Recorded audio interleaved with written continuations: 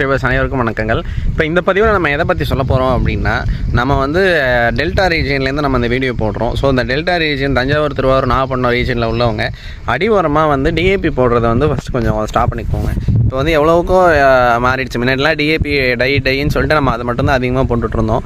So இப்போ வந்து அதிகமாக போர்வெல் வாட்டர்லாம் நம்ம அதிகமாக யூஸ் பண்ணுறதுனால தொடர்ந்து டையமோனியம் பாஸ்பேட் போடுறதுனால சீக்கிரம் வந்து அந்த பாசி பிடிக்கிறது அதிகமாகுது. பாசி அதிகமாக பிடிக்கிறதுனால டில்லர்ஸ் வந்து அதிகமாக வரமாட்டுது. மண்ணுக்கும் ஏரேஷன் போகிறது, கார் ரோட்டுற மண்ணுக்கு போகிறதும் நுண்ணுயிர் வளர்ச்சிக்கும் அது ரொம்பவே பாதிப்பாக இருக்குது. ஸோ அந்த மாதிரி டையமோனியம் பாஸ்பேட் போடுற பொட்டாஷ் இது டிஏபி போடுறத நம்ம வந்து அதிகமாக நம்ம நிப்பாட்டிட்டு, ஸோ அடிவரமாக சூப்பர் ப்ளஸ் யூரியா, அடுத்தது வந்து 20-20 ப்ளஸ் யூரியா, அதுக்கு அடுத்தது தேவைப்படும் போது பொட்டாஷ் போடுறா இருந்தால் போடலாம். ஸோ இதே அந்த 20-20 யூரியாவே ரெண்டாக பிரித்து கொடுத்தீங்கன்னா நைட்ரஜன் அதிகமாக போகாமல் உங்களுக்கு பூச்சி தாக்கம்ங்கிறது கொஞ்சம் கம்மியாக இருக்கும். ஸோ அந்த மாதிரி பண்ணலாம். இப்போ நம்மளோட எப்போவுமே உரம் போடுற மெத்தடுன்னு பார்த்தீங்கன்னா சூப்பர் யூரியா, அடுத்தது 20-20 யூரியா, அதை வந்து ரெண்டாக ஸ்ப்ளிட் பண்ணி கொடுத்துருவேன்.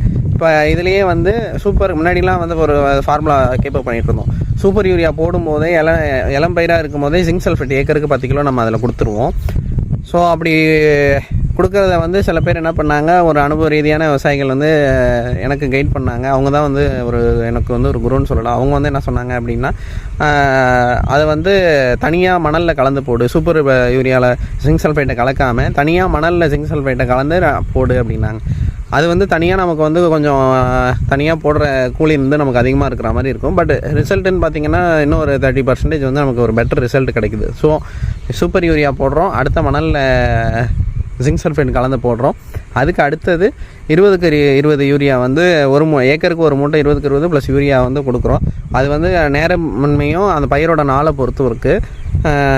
அது பூச்சி தாக்கம் இருந்தது அப்படின்னா ரெண்டாக பிரித்து போடுவேன், இல்லாட்டி ஒரே மூட்டையாக போட்டுறது. அதுக்கு அடுத்தது தேவைப்பட்டால் பொட்டாஷ் தேவைப்பட்டால் ஏக்கருக்கு ஒரு மூட்டை பொட்டாஷ், அரை மூட்டை யூரியான்ற மாதிரி நம்ம கொடுத்துட்ருக்கு.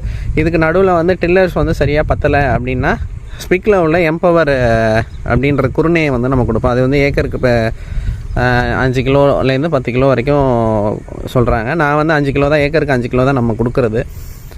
அதை வந்து 20-20 கொடுக்குறோம்ல, அதுலேயே நம்ம கலந்து கொடுக்குறது.